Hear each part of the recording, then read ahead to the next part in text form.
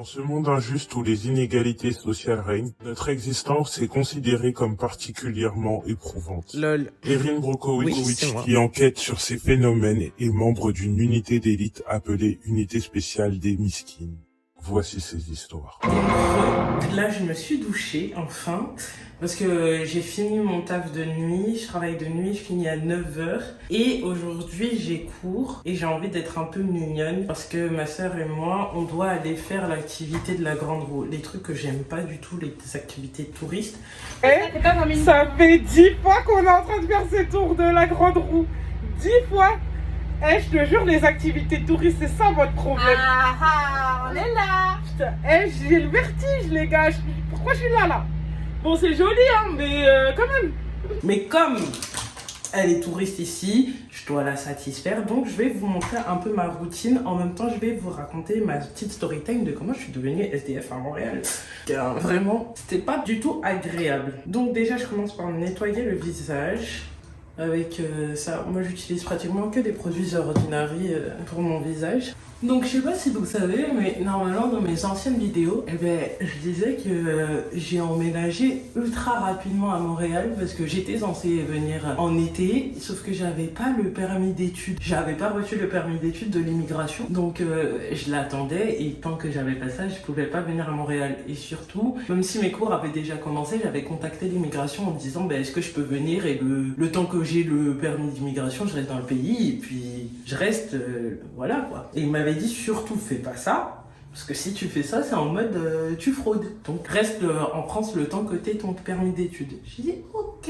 J'avais grave le seum parce que mes cours avaient déjà commencé. Bon, au final, je reçois mon permis d'études en 2-2, trop cool. Sauf que j'ai une semaine pour déménager. Franchement, mes copines, elles ont été au top. Elles m'ont aidé à déménager de mon studio où j'avais accumulé des trucs, mais depuis 1928, j'avais des fringues, mais je m'en rendais même pas compte à quel point j'étais une surconsommatrice des fringues. Et pendant tout ce temps-là, il fallait aussi trouver un appart de l'autre côté parce qu'à Montréal, je connais personne. Pour trouver l'appartement, je fais quoi? Je vais sur les sites d'expat. Là, je vais mettre ça. Ça s'appelle comment? C'est de l'acide hyaluronique. Ah merde. Après avoir fait ça, j'humidifie mon visage. Franchement, je suis vraiment une blédos parce que j'utilise le spray que je mets pour mettre dans mes cheveux, l'eau que je mets dans mes cheveux, pour mettre sur mon visage parce qu'il faut humidifier sa peau avant de mettre le gel hyaluronique qui permet de garder l'hydratation dans la peau. On essaye d'avoir une belle peau. On n'a pas grand chose, mais ça, c'est un des trucs que j'aime bien garder. Donc là, qu'est-ce que je disais? Je regarde sur les sites d'expats. Moi, j'aime pas les appeler les expats. Je nous appelle les immigrés français. Parce qu'on aime bien dire que quand c'est les gens qui viennent chez nous, c'est des immigrés. Mais quand nous, on va quelque part, on aime bien dire on est des expats. Donc, je vais sur les sites des immigrés français et je regarde comment trouver un appart le plus rapidement possible. Et ils te parlent de Kijiji, qui est l'équivalent de Le Bon Coin ici, et Marketplace. Parce que moi, Marketplace, en gros, c'est Facebook. J'utilise plus Facebook. Genre, Facebook, pour moi, c'est pour les tantines. C'était juste pour leur dire, ah, je suis vivante le jour de mon anniversaire quand elle m'envoie un petit message en me disant, ah, ça va et tout. Mais sinon, j'utilise pas du tout. Donc, je comprenais pas trop le concept, mais je me suis dit, ok, de toute façon, j'ai pas le choix. Il faut que je trouve un appart. Je trouvais que sur Marketplace, ça faisait un peu trop à mon goût à la one again. Donc, je me suis dit sur Kijiji. Là, je vais mettre de l'acide niacinamide sur ma face, là. J'étale ça comme du n'importe quoi. J'ai pas le geste et tout. Moi, je mets juste... Et puis voilà. Et là, je trouve un appart, enfin, mais très rapidement quand même, parce que moi, j'avais galéré pour mon appart à Paname. En moins de 24 heures, qui m'annonce qu'il est en plein centre de Montréal, dans le downtown, proche de mon université. C'est un 3,5. Un 3,5, c'est l'équivalent d'un F3, donc j'ai une chambre séparée du salon. J'ai ma cuisine et tout. Et le tout revient à 975 $. Moi, bête comme je suis, je dis directement 975 $, je convertis, ça fait à peu près 600 et quelques euros. Et je dis, mais c'est totalement bénéf parce que mon appart que j'ai sur Paris, je le payais toute seule et je payais 560. Sauf que Imbécile, t'avais les APL. T'étais une étudiante boursière, donc forcément t'avais les APL et la bourse. Donc ici c'est pas comme ça. Donc à ce moment-là, je me disais c'était abordable, mais quand je refais les calculs, je me dis mais à quel moment t'as pu penser ça dans ta vie? Donc là, je vais mettre mon sérum. Je sais pas du tout. Et il vient, je l'ai acheté à Jean Coutu. C'est en gros une sorte de pharmacie ici, genre parapharmacie.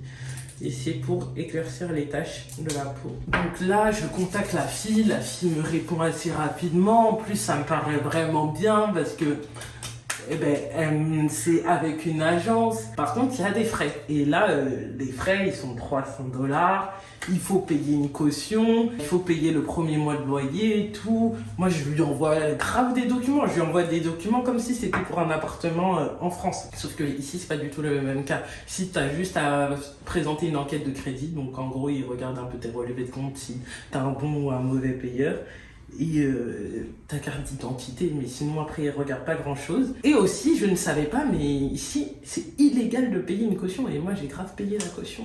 Je m'étais pas du tout renseignée. Bref, la fille elle commence à me dire bon l'appartement par contre il est pas du tout meublé.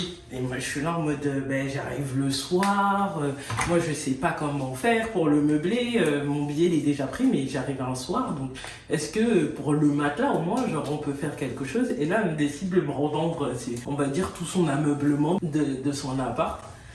Au début, je pensais que c'était des petits tarots accessibles par rapport au Canada. Et après, j'ai vu en checkant sur les sites sur lesquels elle les a achetés qu'en gros, elle m'a grave arnaqué. Soit elle me les a vendus au même prix, soit elle les a même augmentés avec taxes. Donc, je me dis...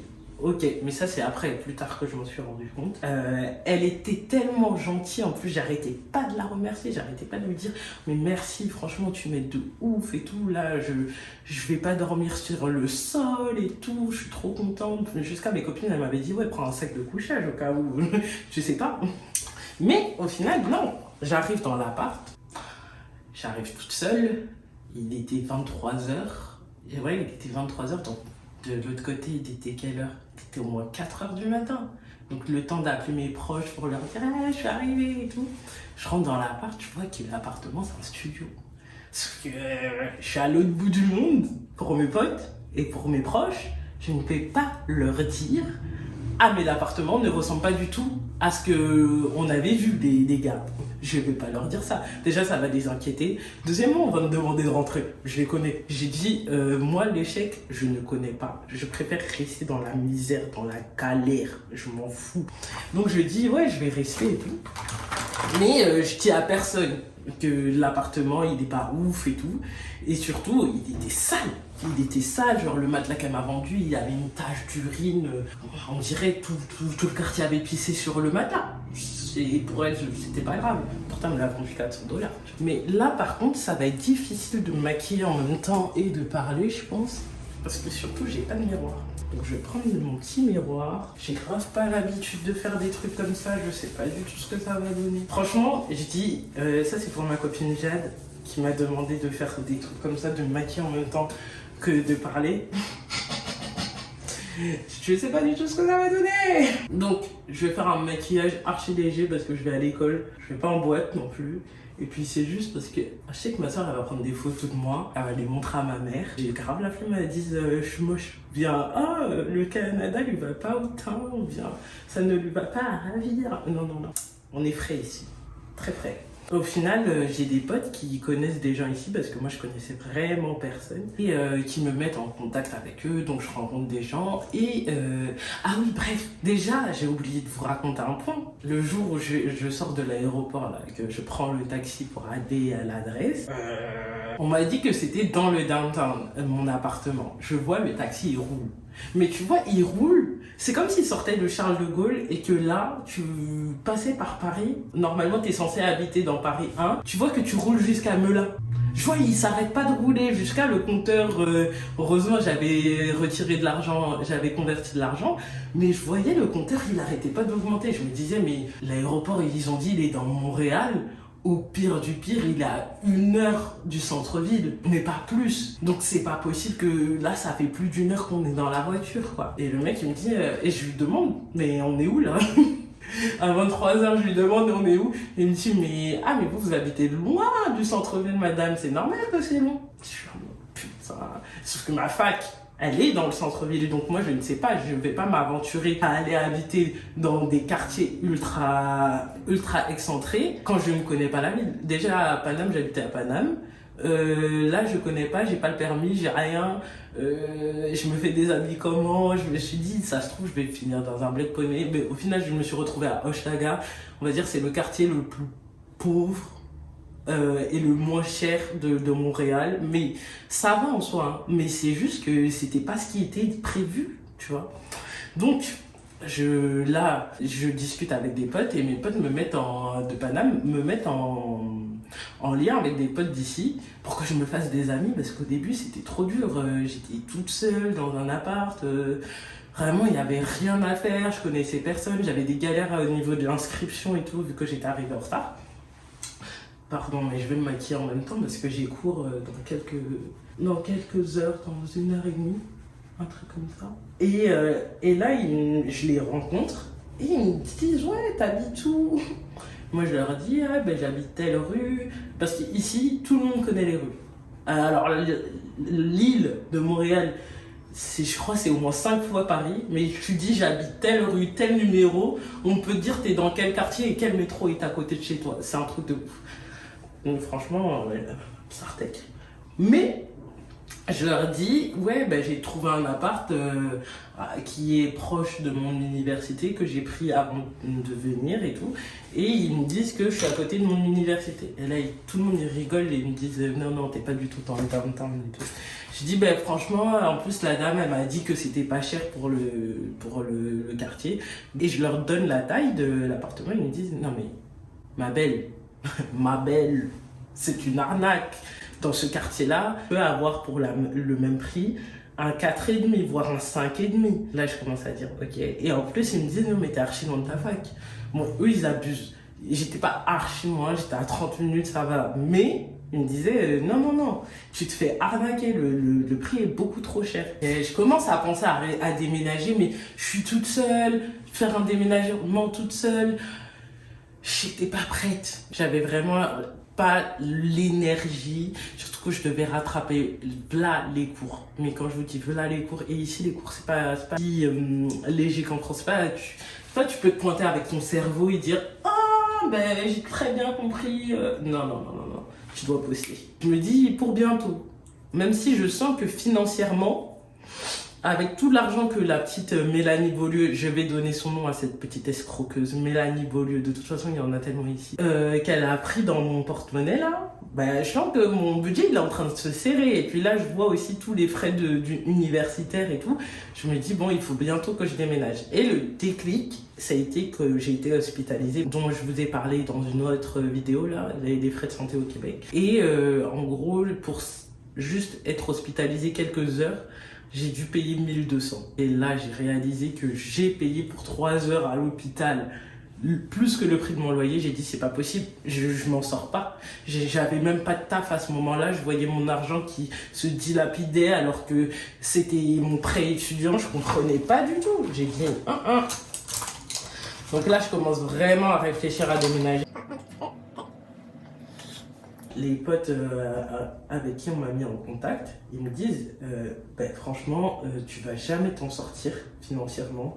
Vu comment c'est parti pour toi, tu vas vraiment pas t'en sortir, surtout que tu n'as pas de taf à côté. Appelle ton proprio et dis-lui que tu veux déménager. Parce que, ah oui, je vous ai pas dit, la Mélanie Beaulieu, là. Après m'avoir tout set-up, tout donné, tous les clés, parce que le jour de l'emménagement, elle n'était pas là. Genre, bizarrement, elle avait un truc à faire. Eh ben, elle m'a bloqué. Sinon, ça serait pas drôle. Sinon, ma vie ne serait pas drôle. Donc, elle m'a bloqué, elle a disparu. Et dites-vous, franchement, d'habitude, les arnaques, je les sens. Mais ici, j'ai aucun flair parce que c'est trop bien fait. Là, qu'est-ce qui se passe ? J'appelle le proprio, je lui dis, bon, je veux déménager. Ça ne fonctionne pas du tout comme en France. Il me dit, ah, ok, il n'y a pas de souci. Sauf que comme tu es locataire et que tu as signé un contrat pour 1 an, si tu veux déménager, ça s'appelle une cession de bail, c'est à toi de trouver le futur locataire. Sauf que c'était une arnaque. Un studio à $1000, personne n'en voulait et je me voyais pas du tout arnaquer quelqu'un. Genre mon karma il est très mauvais alors que j'essaye de faire des choses bien, tu vois. Alors je me voyais absolument pas arnaquer quelqu'un. Et surtout les gens qui sont plus intéressés par... Oh, j'ai oublié de mettre ma crème solaire. Voilà. J'y arrive pas, vos vidéos, en même temps il faut parler, en même temps il faut... Ben c'est bien, je vais juste bronzer au point de devenir noirâtre. Alors, tuto du bled de comment trouver des teintes assez foncées pour faire un petit contour léger. Prenez la Huda Beauty Topaz Obsession et vous utilisez le marron. C'est le seul truc assez foncé que je trouve dans les palettes et qui est aussi un teint chaud à la fois. Pour qu'on revienne à nos moutons, là, la session de bail, c'est à moi de trouver le locataire. Donc je me dis, mais je vais jamais trouver un locataire. Et tout le monde me dit, mais tu sais, au pire, essaye de trouver un arrangement avec lui. Donc je voyais qu'il coopérait pas, je voyais qu'il m'arnaquait, clairement. Donc mes potes, ils m'ont dit, bah, arnaque-le en retour. C'est pas bien ce que j'ai fait, hein, je précise. Mais j'avais vraiment pas le choix. J'avais pas la moula. Donc je lui ai dit, ben monsieur, je suis désolée, mais moi je vais partir en urgence. J'ai grave profité de mon problème de santé. Je vais me faire soigner gratuitement. Ici, je peux pas assumer les frais de santé. Donc je rentre en France dans une semaine. Et là, il me dit, ok, il n'y a pas de souci, mais comme t'as pas trouvé de locataire à la place, et ben tu sais quoi, tu vas payer les loyers le temps que je trouve un locataire. Donc en gros, s'il trouve pas de locataire pendant un mois, pendant un an, c'est à moi de les payer. J'étais là en mode, Et là, je lui dis, ben, au pire, est-ce qu'on peut pas s'arranger et tout? Il commence à diminuer un peu en disant, bon, ok, tu me payes 3 loyers, plus je garde ta caution. Sachant que c'est illégal d'avoir une caution. Et j'étais là en mode, mais c'est pas un peu illégal d'avoir une caution? Je faisais semblant de pas savoir. Et il me disait, oui, mais je sais pas, mais tu vois, comme t'es pas canadienne, et ben t'as pas d'enquête de crédit, donc c'est pour ça que je te fais payer la caution. Sauf que la régie du logement, donc on va dire un peu le tribunal pour les gens pour les logements, genre, je sais pas là, on va dire les syndicats des logements là, et ben eux te disent que tu sois québécois, que tu sois canadienne, rien à foutre, tu payes pas de caution ici, tu payes pas de caution dans ce pays. Je lui dis, ok, je vais payer. On fixe un rendez-vous, il me donne rendez-vous à telle heure pour que je déménage, pour qu'il fasse l'état des lieux, alors que moi, je n'avais même pas fait l'état des lieux quand je suis rentrée. Donc l'arnaque totale. Je me pointe avec mes potes pour déménager ce jour-là en même temps. C'est pas le mec qui s'est jamais pointé. En fait, il m'a vu vraiment comme la poule aux œufs d'or. Il me parlait, il arrêtait plus de me dire, ah, tu peux me passer ton numéro de compte? Sauf qu'il faut jamais faire ça. Même le banquier m'avait déjà dit, fais pas ça, ici c'est des putains d'arnaqueurs. Et il me disait, ouais, mais tu peux pas m'envoyer un peu plus et tout. Donc là, je commence à bégayer. Et ma pote, heureusement, elle est assez forte pour tenir tête à ce genre de personnes. Et elle me dit, tu réponds pas, je t'en fous, on déménage. On l'attend en même temps. On déménage toutes mes affaires et je clean la baraque parce que ici c'est pas obligatoire de cleaner quand tu déménages. Mais tout ça je déménage, mais je sais pas où je vais habiter, hein. C'est juste, je savais juste que je pouvais plus payer parce qu'en fait j'avais plus assez d'argent. Donc je savais que j'allais me retrouver sûrement à la rue, mais je savais pas où j'allais finir. Mais Dieu merci, il y avait ma pote qui me disait qu'elle pouvait m'accueillir et il y avait d'autres potes aussi qui m'ont accueilli par la suite. Et ça, c'est des gens que je ne connaissais absolument pas en venant ici. Quand même, je pensais pas au bout d'un mois et demi installée à Montréal en tant qu'étudiante et tout, en ayant fait un prêt étudiant, en ayant un peu organisé ma vie parce que j'ai quand même eu l'habitude de vivre toute seule, de gérer mes factures, de gérer mon loyer et tout. Je pensais pas que j'allais me retrouver SDF. En plus, l'hiver arrivait, j'étais là en panique. Je savais que je pouvais pas dire ça à mes proches parce que ça allait les paniquer aussi, donc ça allait me repaniquer et tout. Bref, genre, il s'est pas pointé jusqu'à midi, donc à un moment, ma pote, elle me dit, tu sais quoi, vu qu'il avait demandé aussi que je lui ramène les 3 loyers le jour du déménagement, en gros, eh ben, elle m'a dit, ben, tu sais quoi, on va partir. Il veut pas son argent, il se pointe pas au propre rendez-vous qu'il t'a donné. C'est un manque de respect, on se tire. Moi, je suis là, je tremble un peu. Hein. Je lui dis, ok, t'es sûr, il va pas me poursuivre en justice. Imagine, après, on me dit, je suis expulsé du Canada et tout. On part, genre le mec, vers 15h, je suis en cours. Il m'envoie un message en me disant « Ouais, j'ai l'impression que vous m'avez joué un mauvais tour. Je suis dans l'appartement, je vous vois pas et je vois que l'appartement est vide avec la clé. » Et j'ai dit « Mais monsieur, vous m'avez donné les rendez-vous à 9h en fait. Genre, je comprends pas. J'étais là de 9h à midi, j'étais là, j'avais le temps de déménager et tout. Et puis là, je dois rentrer en France dans 2 jours.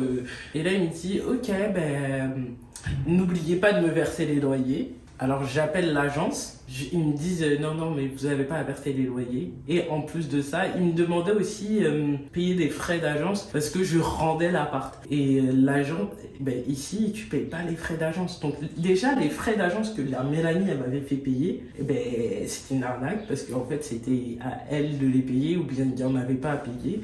Et là, en même temps, il inventait des trucs qui n'existaient pas. Même, pour vous dire, tellement il inventait des trucs, il me dit que pour le nettoyage de l'appartement, alors que normalement tu nettoies pas, quand tu déménages ici, moi j'ai l'habitude de nettoyer, donc je l'ai fait. Il m'envoie un message en me disant, ouais, ben, vu que vous avez quitté l'appartement, les frais de ménage s'élèveront à 500$ déjà, MDR. Qui tu vas prendre pour nettoyer un studio à 500$? Deuxièmement, ils sortent d'où tes frais de ménage? J'ai nettoyé, j'ai javelisé l'appartement. T'as jamais vu l'appartement aussi propre? J'ai même nettoyé les murs alors que c'était même pas mes traces. Et je suis restée dans cet appartement même pas un mois à tout casser. Franchement, j'ai quitté cet appartement. Ma pote, elle a été trop gentille. Elle m'a laissé mettre mes affaires chez elle. Désolée, j'arrive pas du tout à me concentrer en même temps.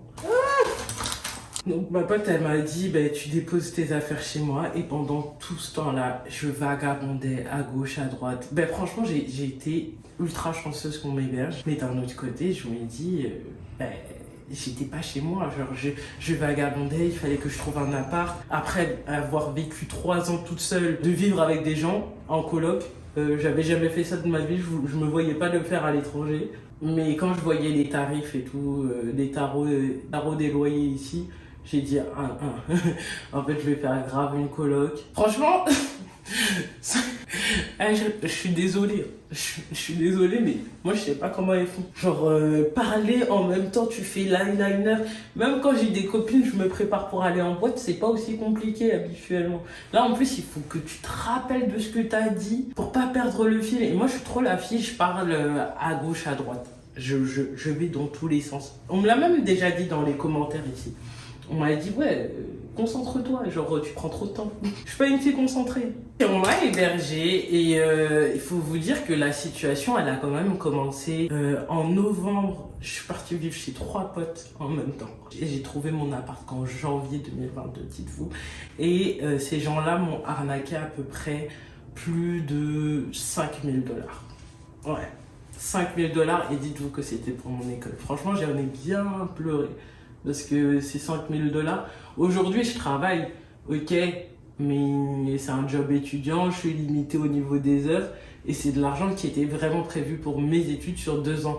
Donc là, je travaille pour me nourrir et subvenir à mes besoins et payer mon appart. Mais en plus de ça, il faut que je renfloue cet argent-là pour payer mes futures sessions parce que bah, c'était prévu pour ça, tu vois. Donc ça fait grave mal. Mais là, j'essaye de trouver un nouveau job aussi qui paye mieux que celui que j'ai actuellement. Et voilà. Donc...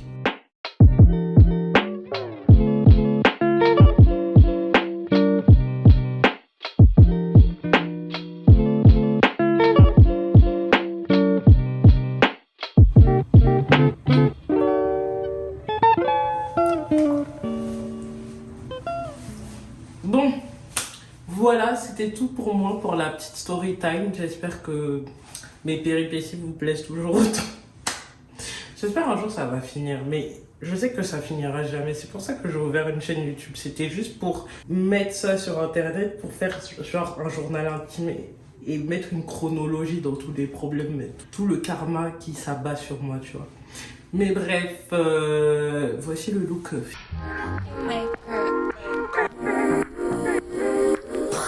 Pour aller en cours, je trouve que ça va, c'est soft.